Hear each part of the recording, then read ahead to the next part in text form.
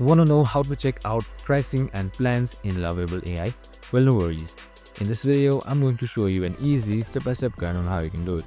It's super simple and under a minute, so let's get straight to it. Now, first things first, simply open up your Lovable AI application, and once you have done that, you should be provided with this screen right here. So once you're on this screen, there should be various options as you can see. So taking pricing is super simple. I would also suggest you to log in first, since it might help out on pricing plans and later on purchases as well. So right here you should be seeing Lovable, and when beside community you should be seeing something known as pricing. This is simply the pricing tab. So you can just simply select it, and this is pricing right here. So you can see plans and billing. So here you can see annual. So if you click annual, it's just simply 21 per month. You can see $50. So this is a great option right here.